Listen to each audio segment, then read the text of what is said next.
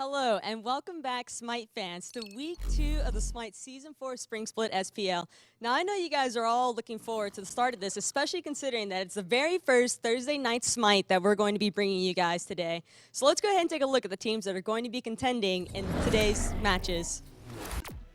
As you can see, we're going to be seeing Sanguine versus Guard Esports, and for those of you back home who aren't quite sure who Guard are, well, that's just the roster of Novus Orsa, who was recently picked up by Guard. So that'll definitely be a pretty spicy set coming out for starting things off. And it'll be a good opportunity to watch and see how Sanguine has managed to develop since their opening set last weekend.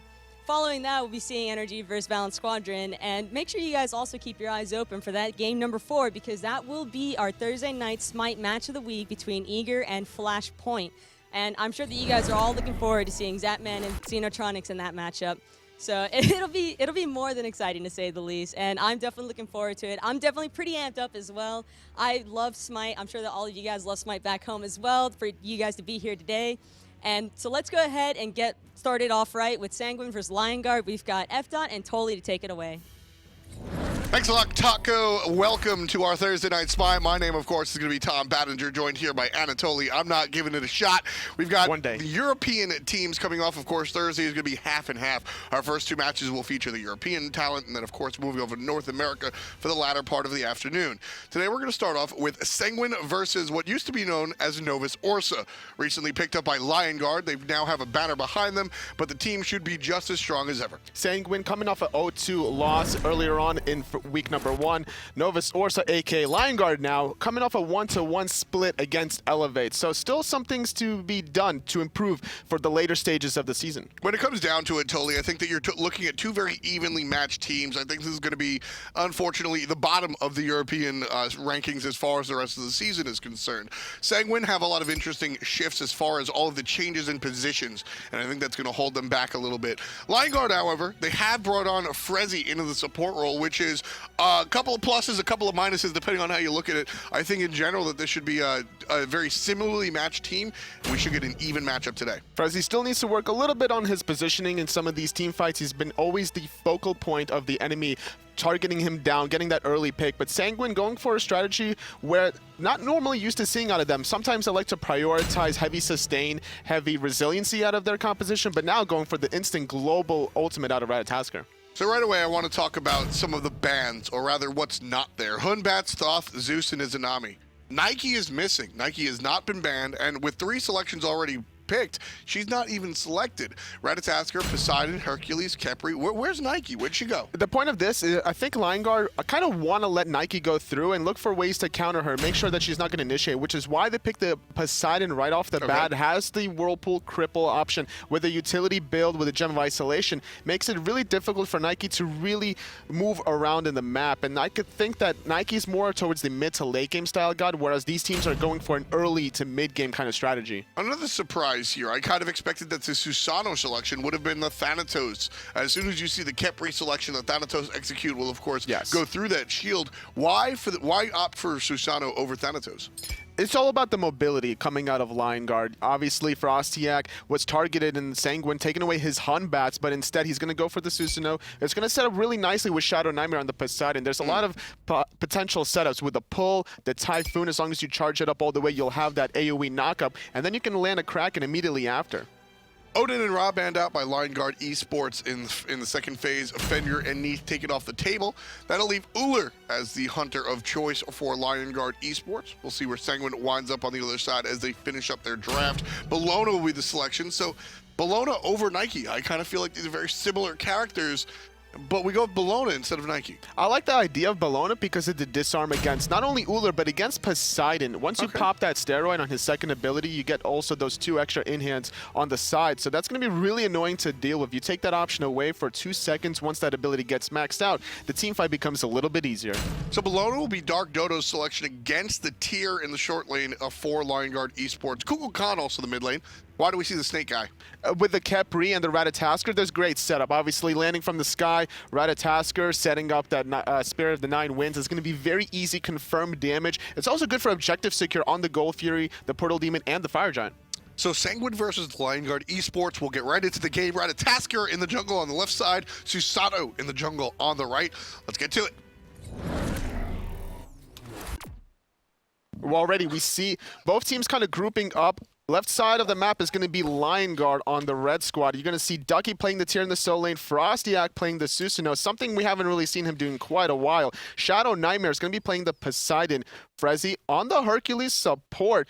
FleuryQ on the Ullr, trying to be matched up against Nika's Apollo. DeathPanter is going to be supporting him on the Khepri. Very late game focus is the composition out of Sanguine with Mr. Stefan playing that Kukulkan. Look at this wraparound coming out from Lion Guard. They're going to catch DeathPanter. There's the Whirlpool. A nice little stun. Khepri's in trouble before he gets the shield.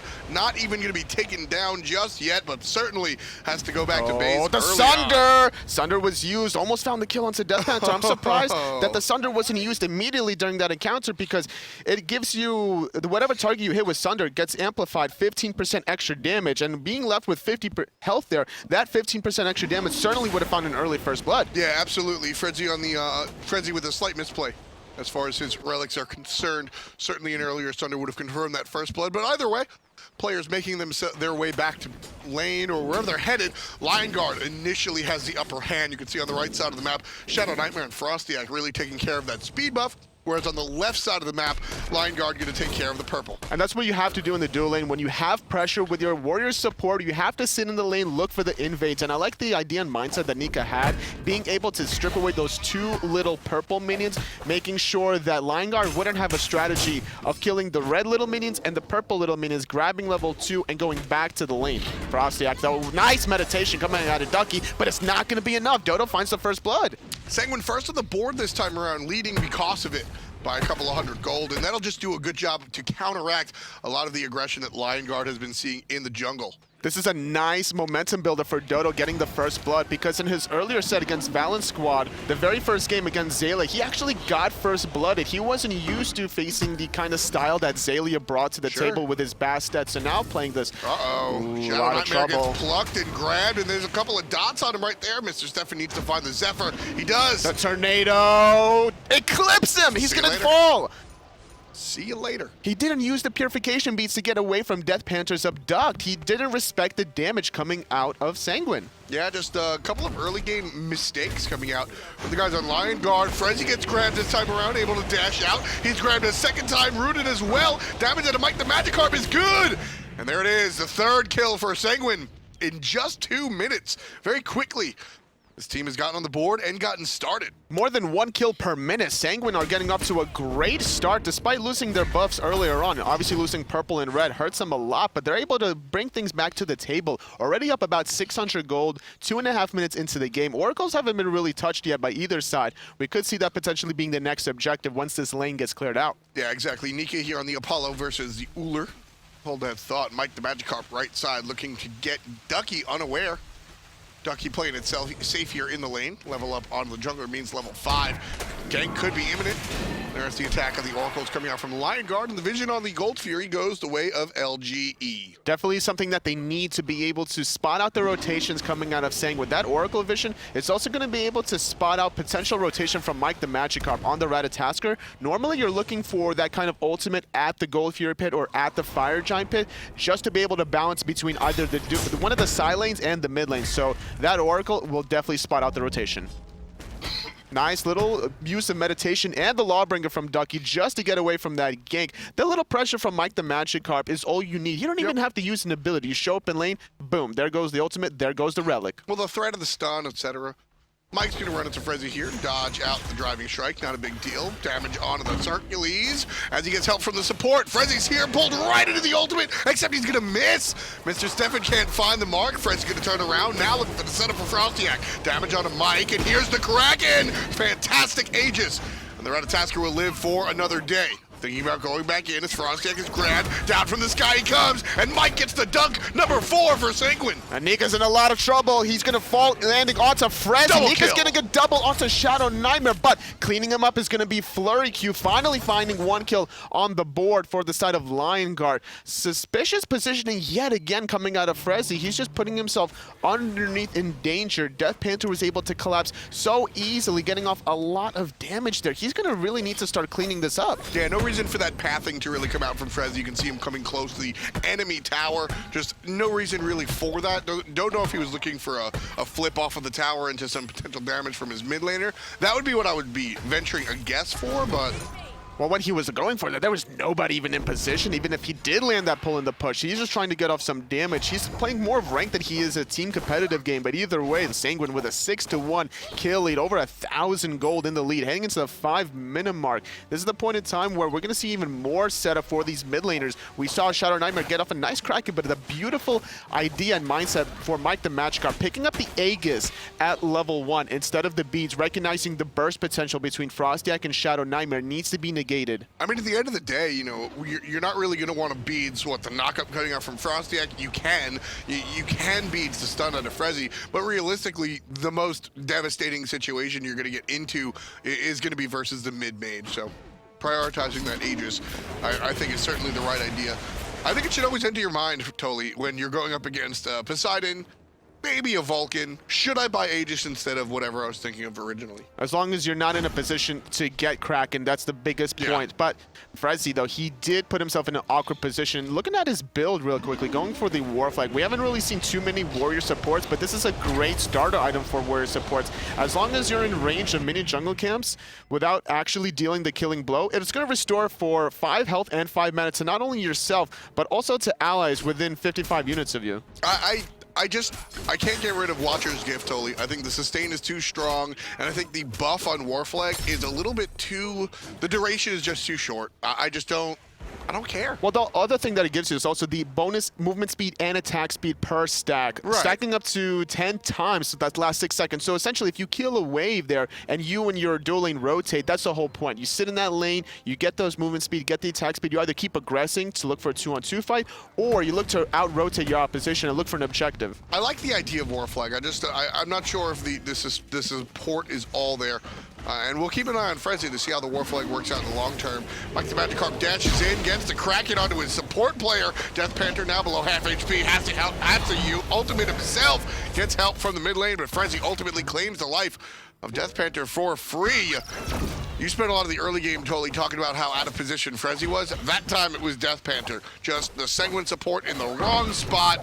Ducky shows up a little bit too late. MikeTheMagikarp gets the gremlins. And that's what you have to do. Now, this time around, ShadowNightmare recognized, obviously, he can't try to go instantly going for gold. There is no confirmed ultimates here, but doesn't matter. Nobody in position from Sanguine. In the skies, Nika is going to land onto FrostiaK. He needs to find a hit, but Mr. Stefan finds the gust. 2 kills as Mike picks up Frezzyy on the right side as well. Gold Fury in exchange for the support and the jungler. How you feeling? This is a good little comeback for Guard, grabbing this Gold Fury at the 7-minute mark, because Gold Fury is worth a little bit more in the earlier stages of the game. It's still going to have the same maximum value at 350 gold at the 25-minute mark. So cutting the deficit, they were once down more than 1,000 gold, only down about 666 gold now instead. Right, the Gold Fury actually tied the game up, and then you saw a couple of kills come out from the boys on Sanguine to get a little bit of their lead back. But more importantly, like you said, the lead cut to about 1/3 of what it once was here. Guard now basically tied up, separated by about 1,000 or less between Sanguine here. I think the reason that Guard felt safe going for that one, Toli, was Mr. Stefan used his ultimate in lane on the kill on DeathPanter. Yes. So with that known, sure, there was no Kraken available, but there was no Spirit of the Nine Winds available either. So that opens the door for the Gold Fury right away. I like the mindset, though, of Mr. Stefan using that ultimate down the mid lane, trying to also find a return kill onto his support, recognizing that he was in a lot of danger, but nice a lot grab. of danger is Mr. Stefan going to get pulled in. Typhoon being used, forcing the beast, the defensive ultimate not in time to really make an impact. FrostiaK with the clean kill, his first of the game. It's going to help him out. That was, previously, he was 0-3 with 2 assists. Now he'll be 1. Nice pull, nice push, and the turnaround from ShadowNightmare.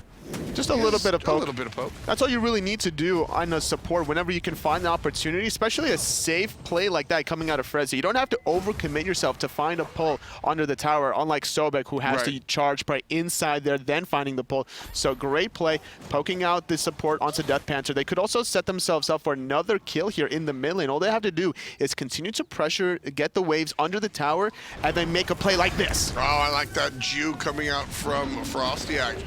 It looked like Guard were just making the rotation into the jungle and then quick turns around, able to go ahead and grab the support. No kill, but I just like that the mind game play like that. It's very fun to watch. Little things like that is what makes or breaks certain factors in a game, especially at this stage, at the 9-minute mark. The respawn timers are going to be a little bit longer than you would like, and that could open the door for some objectives, especially with the Portal Demon about to spawn in 30 seconds.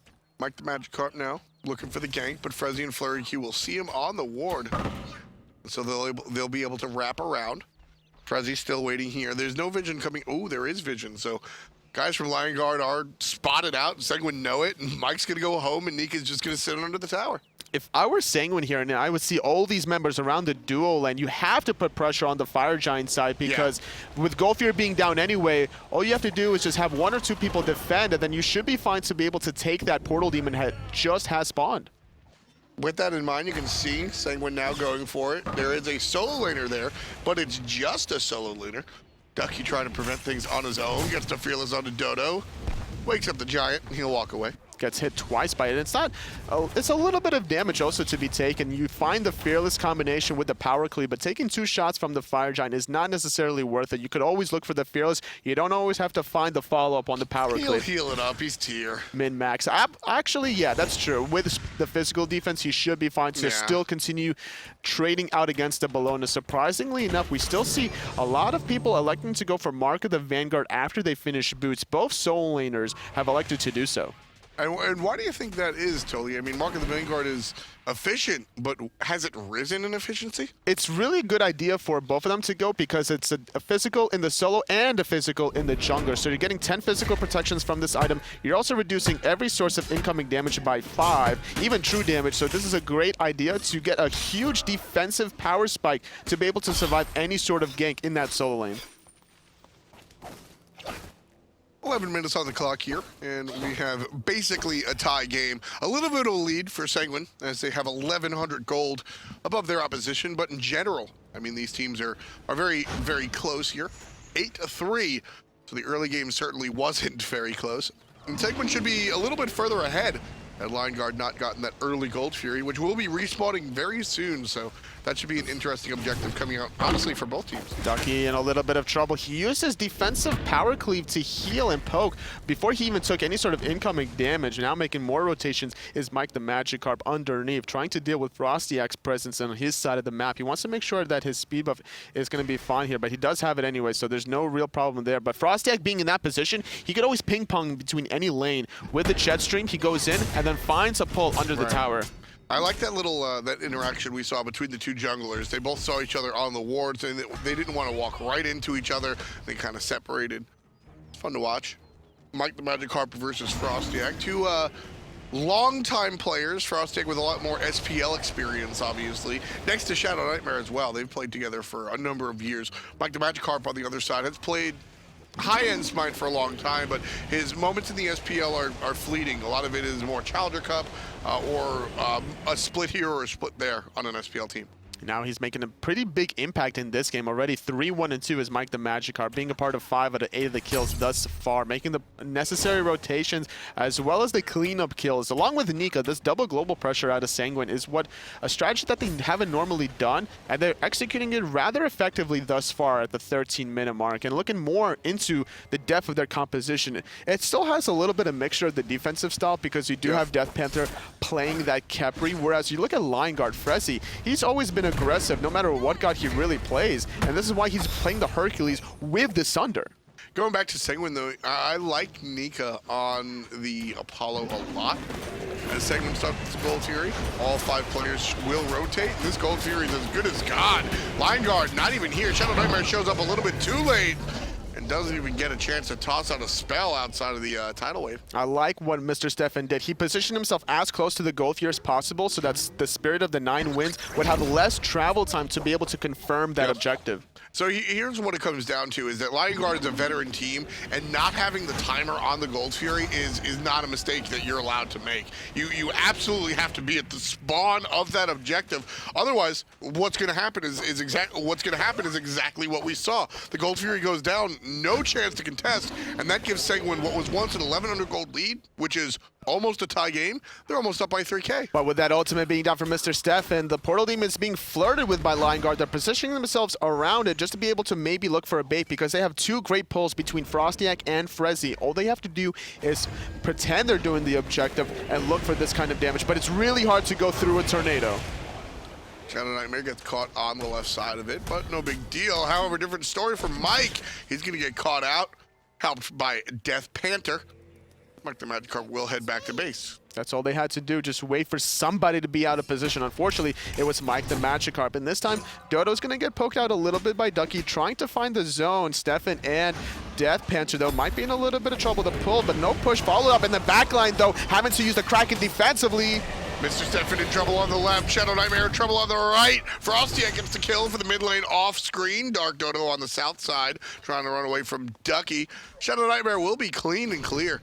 So Lion Guard wound up on the good side of that fight as they take out the mid laner, Mr. Stefan. And that's going to offer a little bit of gold here, more importantly, a kill.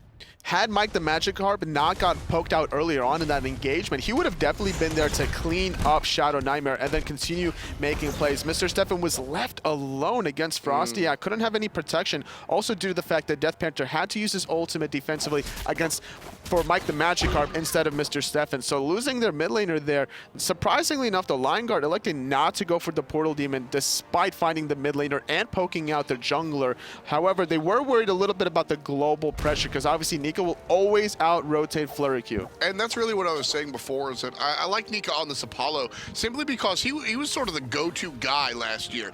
Even though it was his rookie season, he was still one of the #1 players on Sanguine.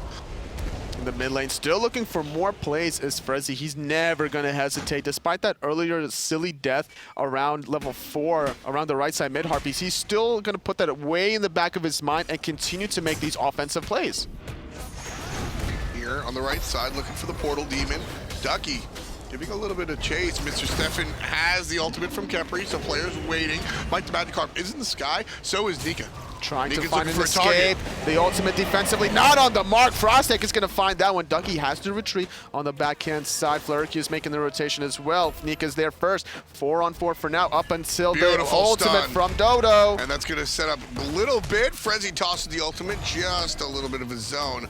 This is a FleuryQ's from behind. He's trying to box out MikeTheMagikarp. He's going to run right into DeathDodo. Nice use of the Aegis there. The Kraken, though, hitting 2 members from Sanguine. The rotation from FleuryQ proves fruitful. And that's the moment that the team fight breaks out. Lion Guard picks up another kill. And finally, we see some results. A lot of sloppy nonsense going on here for the majority of the fight. Players afraid to really reach for the trigger and actually pull it. Then finally, a little bit of setup. ShadowNightmare drops the ultimate. This is a fire giant. Everybody from Lion Guard is going to use that portal, get straight in position, and go straight for that objective. It's only MikeTheMagikarp and Mr. Stefan that is just revived, and I don't see him getting there in time to be able to use the ultimate. In fact, it's even down still. Mike's here. He's going to be chased by FrostiaK. A little bit of a grab, 75% HP on the blue jungler. Lion Guard still looking for it. Mr. Stefan is here, like you said, no ultimate in hand, so won't be able to do that. FrostiaK zones out the mid laner. FrostiaK already zoned out the jungler, getting up his blue speed buff, rather, and that's Fire Giant. LG pick up their large objective. Sanguine earlier had the lead, but Lion Guard snatch it back, leading by about 2,000 gold, plus the Fire Giant, even up the kills. And with 18 minutes on the board, we're pretty much tied here with Lion Guard ready to make the advance. This is a nice comeback coming out of Lion Guard. They were actually down 6 kills to nothing at one point, able to now tie it up at 8-8. Finding this objective is going to allow them to start grouping up as 5, start sieging these towers, and maybe even look for the gold here. Now they're going to concede that solo tower on the right-hand side, but they're going to have to find something in mid. Ooh, there's trouble. There's a Kraken out of the mid laner, but it's just not enough. ShadowNightmare cleans up Mr. Stefan, but DeathPanter's still alive. FleuryQ takes out DeathDodo. It's going to be 5 players alive with the Fire Giant and 2 dead across the way. Sanguine watch as their tier 2 tower falls down. Lion Guard collect 1,500 gold for that one, and they're going to head back into the jungle. This is a composition that Lion Guard has executed perfectly with FrostiaK and Frezzyy finding these pulls. Sanguine has to be more mindful about their positioning, making sure that they don't get sucked out of the tower. Yeah. You can't be on the edge of the tower because you're not truly safe in that position if you're just going to get straight pulled out. The rest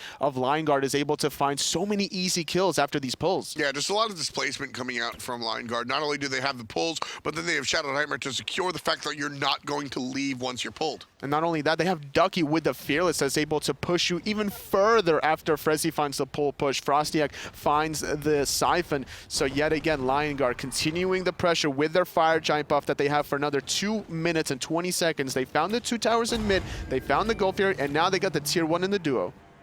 They certainly want to look for the tier 2, but it doesn't seem to be on the menu just yet. FrostiaK and Ducky here on the left side, gonna head back to base along with everybody else. Was already done so. Players filtering out of the base now. And Sanguine just trying to catch up a little bit on the farm. It's a good idea to kind of slow down whenever you still have Fire Giant for 2 minutes, because the net worth that they just got between all the objectives at this point was about 4,500 gold with those 3 towers plus the Gold Fury. So that's sitting on a lot of gold in hand, having to be able to spend it. And then continuing the pressure. Mr. Stefan, no, Aegis was so late there. Just in the wrong spot. Mr. Stefan gets eaten by ShadowNightmare, who has that Fatalis finished. Third item Fatalis has been ShadowNightmare's due on the Kraken man himself, Poseidon. And because of that, he's able to just chase you down. This build has come out from our ShadowNightmare pretty much the last time you played Poseidon as well. See the boots into the Gem of Isolation, which isn't odd. The gem is a little bit better than it once was, so the power is nice, the utility's there. But then the Fatalis comes out in the third slot. How do you talk to me about Poseidon Fatalis? It's always a great idea to do that, because once you pop the Trident, you're also being able to get off more damage because of the 10 extra penetration, as well as having that Gem of Isolation. Mike's in the air as Lion Guard pushes on the right-hand side. Mike lands down, finds the knock-up on ShadowNightmare. Trying to find the follow-up damage. He gets hit by the Whirlpool. Very low HP, and Khepri's going to look for the save. Ultimate out of Frezzyy, winds up hitting DeathPanter, and the Khepri save works out. Cancels the save for ShadowNightmare. Gets hit by Mr. Stefan. Nika finds a kill as well, and Sanguine's defense is fruitful. And it's going to be sound here. No Phoenix for Lion Guard. DeathPanter with a hot save against MikeTheMagikarp. That ultimate felt like it lasted forever, but now it seems that Sanguine might have overstayed their welcome. They already found 2 picks, but now they might lose even more. They lost DeathPanter, and Frezzy's going to fall as well. Nika able to turn that one around at least. Grabbing one himself. FrostiaK in trouble with a nice little dash, winds up getting away. But I agree. I think that Sanguine, you got a fantastic defensive set. Take it and leave it. Take it and run away. No need for this extra trade here. Just doesn't have to happen. At the end of the day, I mean, DeathPanter... Trading 1-for-1 for support, but... Sure. To be fair, though, losing a level 12 support for a level 15 support that's so far ahead, you're going to have a bigger respawn timer on the side of Lion Guard, so you can slightly take advantage of this, and that's exactly what Sanguine are going to do. They're going to net 500 gold back into their pockets. They're going to take this 4-on-4 and back off, because they don't have DeathPanter to continue for this tier 2. Oracles will be taken on by Nika. Everybody else will head back to their respective spots. And 22 minutes in, we see 11 to 12. The kill's very close. And the gold separated by about 6,000 as well. Earlier in this game, it largely belonged to Sanguine. Actually, believe it or not, it started off as Lion Guard, succeeding by just superior jungle control. And then Sanguine were able to come back and make a large number of kills. It was 6-1 at one point. But now heading into the mid to late game, it's all Lion Guard. They have the respawn timers of the Portal Demon and the Fire Giant, taking full advantage of it. They don't have that big of a lead where they can just straight up do this 5-on-5. They haven't taken any Phoenixes, so Sanguine can still contest this objective. They still have the ultimate coming out of Mr. Stefan. Ooh. Nice abduct to be able to avoid that Blink Fearless out of Ducky. Mr. Stefan shows up. Nika's here as well. Fire Giant has been just forgot about. It's all about the team fight at the moment. DeathPanter going to be separated from the squad. MikeTheMagikarp just take it out. Ducky on the good side of that one. His first kill of the game. Oh, there's Mr. Stefan. Kraken. Where's Mr. Stefan? ShadowNightmare picks up the kill with the Kraken. DarkDodo surrounded, and he's grounded. FleuryQ picks up that one himself. It'll be the 5th kill for the Ullr player. 5-0-3 for the new Hunter. Lion Guard now poised to look for that Fire Giant with only Nika and DeathPanter available, and the Hunter doesn't even have the ultimate. It was all a bait, and Lion Guard showed their hand once they tried to blink Fearless the DeathPanter right off the bat, but surprisingly enough, Sanguine still put themselves in this awkward position where they weren't all grouped up, and that's why we saw MikeTheMagikarp fall really early in that engagement. FrostiaK hit a really nice jet stream onto Mr. Stefan, able to really chase him in the backline, create that chaos, havoc, disruption, found the Typhoon to dissect the team fight into two different places, and that's why all of Lion Guard collapsed in the mid lane, finding those 2 additional kills after MikeTheMagikarp. Easy Phoenix. Down the mid lane goes. You can see FrostiaK heading to the right lane. Everybody else heading to the left lane. And we'll see this tier 2 tower likely be the target for Lion Guard. Nope, it'll be the Gold Fury actually, wanting to bolster up their arsenal a little bit more. This should be an easy Gold Fury, no problem. That'll push the lead to 10,000 gold. 10.5 to be specific. Lion Guard now going to finish off some of their items and make one more push. Sitting on a lot of gold in hand after the mid-Phoenix to Gold Fury, the Portal Demon, and the Fire Giant, finding those 3 kills. This is the point in time for Lion Guard to start closing things out. After that 10,000 gold mark is where teams are really struggling to find a good defense around their Phoenixes. But to be fair, I still believe Sanguine has the tools necessary to hold their ground. They have the defensive set from DeathPanter with the basically the damage reduction from Rising Dawn, the revival between his ultimate. Mr. Stefan needs to hit a really crucial ultimate to be able to hold this next siege. No, I completely agree. I think the defensive prowess out of Sanguine's draft is certainly there. DeathDarkDodo really has to find a very strong ultimate. You really got to think about the non-stun part of the Bellona ultimate. The aura is so powerful. If DeathDarkDodo ults in a respectable spot that Sanguine can fight in, you have MikeTheMagikarp disrupt, and the right Khepri ultimate, Sanguine can absolutely cause havoc. The Kraken hits 3 people. FleuryQ picking off 1, picking off 2 as well. MikeTheMagikarp landing in. ShadowNightmare's going to fall to Nika, though. FrostiaK taking out Dodo, having to retreat under their own fountain. They lost 3. They're not able to hold the left side Phoenix, and I don't think they can hold the game here after. Yeah, neither do I, totally. Like I said, I mean, all those tools that they had to play defense well, you got to be alive to actually play it. Not going to be the case here as 26 minutes the clock approaches, and Sanguine will look up as Lion Guard take the victory over 15,000 gold in the lead. Lion Guard playing with their food right now. Just eat it, boys. 13K is the victory, and Lion Guard gonna get another kill. There it is. They finally found it. Sanguine with their 3rd loss in a row thus far in the SPL split, finding their 2nd victory so far on the other side with that 1-to-1 split early on for Elevate. Looking so far so good coming out of Lion Guard. Yeah, it's a strong stuff so far. It's a strong look so far, simply because of the comeback right there. Yes. I think that's really telling when a team is able to make the bounce back. That's really when I'll get excited.